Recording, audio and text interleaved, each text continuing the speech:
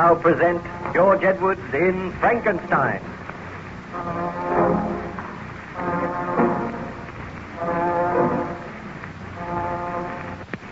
Baron Victor Frankenstein is relating his tragic story to Captain Walton of the good ship Voyager. The vessel is icebound somewhere near the North Pole. Frankenstein is taking shelter there. He told the captain of the creation of the monster and of events leading up to the monster's escape and the murder of Julio.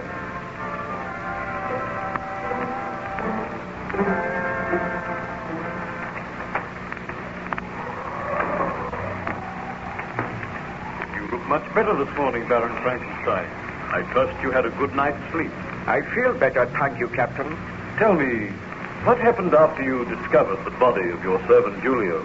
I recall it quite clearly. My friend Ernst Clerval and myself were in the laboratory. We found that the door of the monster's room had been burst open, and there was the broken body of Julio lying upon the floor. We bent over the body, and then Clerval. Do you realize, Victor, that you have unleashed a monster upon the world, a killer? Anybody's life may be in danger. We must make a search immediately. I will organize a search party. All the peasants on the estate can join in the search. I now realize the enormity of my crime. I will aid you, but I do not know what Elizabeth will say when she learns of this. What are the authorities going to say? How am I going to explain the broken body of Julio? You will have to tell the truth to the police. But they will not believe me. They think I am mad. Oh, you were mad to attempt this experiment. I am only sorry that it has succeeded. Elizabeth will be appalled when she hears this news. I will search for the monster, I promise you. But I do not think there is anything further to fear, Ernst. The monster will perish. I wish that this were only a dream, some horrible nightmare, and I could awaken to find it was not true. Poor Julio's body proves the truth of what has happened. I know, but somehow my fear has vanished. I am going to seek my own happiness now. Oh, how can you talk like that when the monster is at large? The monster will be found. If not, he will perish. Let us go to the police. Tell me, did the police succeed in finding the monster, Baron Frankenstein? They did not. The search went on for days, and still there was no trace of the monster. But my hopes were high. I felt sure that the creature had wandered away somewhere in the hills, and there perished from cold and starvation. There came a day when I had almost forgotten the monster, and my experiments, they seemed like some dim dream of the past. I sought out Elizabeth, I feel sure that we will have no further fear of the strange creature for which I was responsible. I am asking you now, will you marry me and come away to England? Let us take a long journey together. But Victor, does your conscience allow you to live here? Are you sure that nothing further will be heard of this horrible creature? Oh, it is some months since the monster disappeared and nothing has been heard of it. It is safe for me to go now, Elizabeth. How long shall we be away? For at least 6 months. Then we shall return here and settle down in my home. Oh, please say that you will marry me as soon as possible, Elizabeth. There is only one request I have to make of you, Victor. What is it? My sister's child, William, needs a home. His mother is very ill. His father is dead. Can he come and live with us? Well, of course. I am very fond of William. We shall adopt him, and he shall be as our own child. Oh, you are very kind, Victor. Oh, I am just a man in love with a beautiful woman. Now, let us go and tell your father. We will be married very soon, and we shall make all arrangements for our journey. Well, Baron Frankenstein, I trust you are not too tired to continue with the story? No, I am just marshalling the facts recalling my happy marriage. Those glorious few months in England and then my return home. How long did you remain in England? For 8 months. We had a delightful holiday there, and I returned to my ancestral home, and my wife and I settled down. During our absence, we had left the child William in charge of a nurse, whom we called Justine. She was an old friend of the family. She had known my wife for years. A few days after our return, Justine approached my wife, and I said, Master William desires that I shall take him out for a walk. Do you think the weather is clear enough, Baroness? Oh, I think the child could go for a walk. What do you think, Victor? By all means, the sun is shining brightly now, although there are clouds on the horizon. Clouds under the horizon. Thick black clouds. I fear there may be a storm. Oh, just such a storm as one... Please, Victor. We agreed never to talk of that. Well, may I take the child for a walk? Yes. Just a short walk down to the lake, Justine. Tell me, Justine, do you like the child? Do you think that young Master William shows promise? He is rather a David child, with a very strong will of his own. But I am fairly strict with him. Oh, you must not be too strict with him. Remember, we were all young once. I will remember that, Baroness. All right. Take him out now. But do not take him any further down the lake.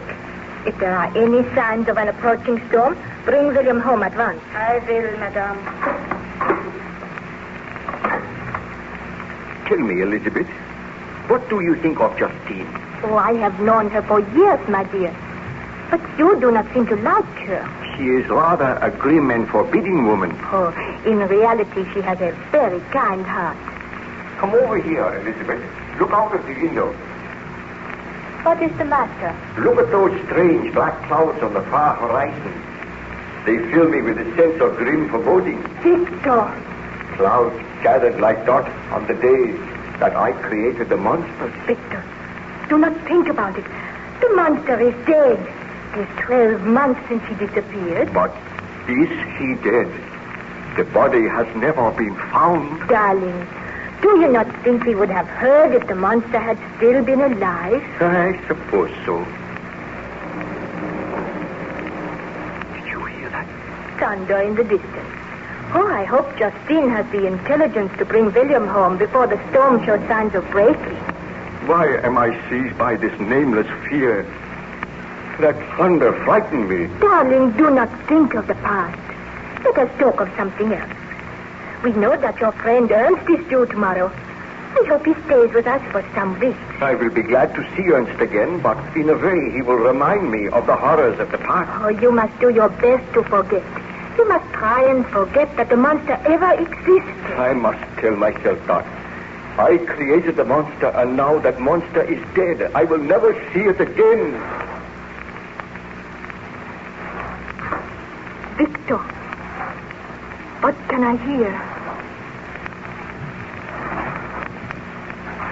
That dreadful sound.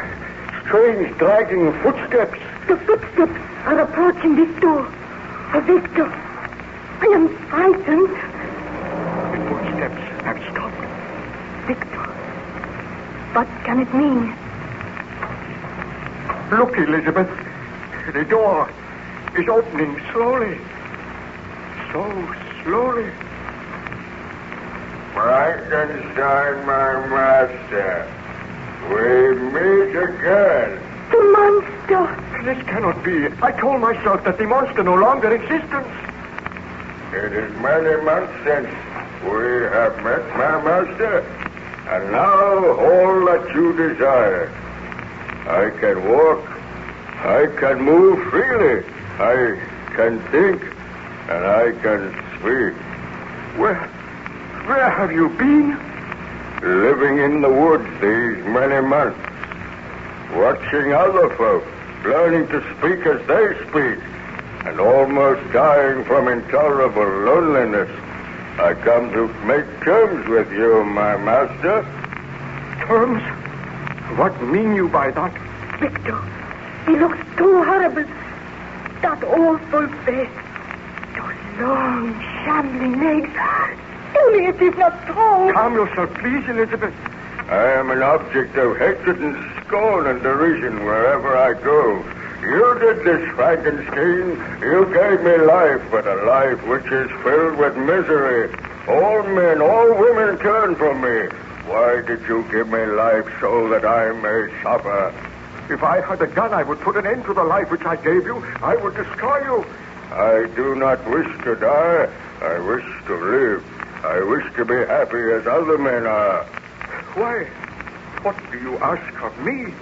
You made me. You gave life to me.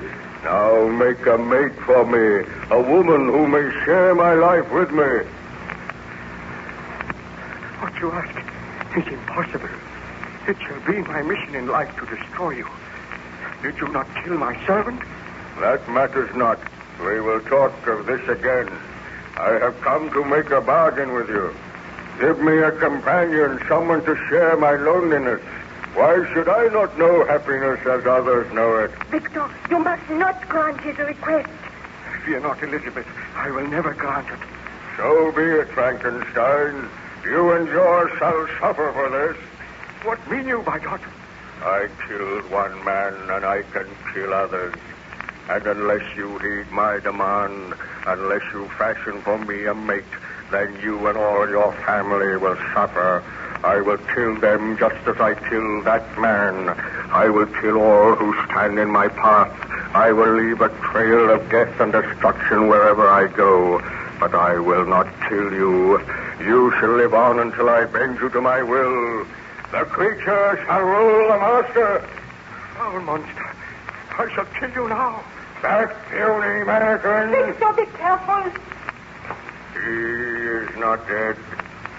He laid his hands on me, and I hurled him away. Rise to your feet, Frankenstein. I am powerless to destroy the thing which I created. You are powerless. We shall meet again. You have refused my demand, but you shall hear from me. Farewell, Frankenstein. Victor, do not go after him. He will kill you. Elizabeth, what can I do? You heard his threat? Let us gather the villagers together so that by uniting we may destroy him. One man cannot prevail against him, but many will succeed in killing him. You are right, Elizabeth. I swear that the monster of my creation shall die tonight. Did you succeed in finding the monster that night, Baron Frankenstein? Ask me no more now, Captain Walton. I am tired. I must not overtax my strength. Let me rest now. You will rest now, and I will write the notes of your story in my journal. So be it. Come to me tomorrow, and I will tell you of the horrors which befell me.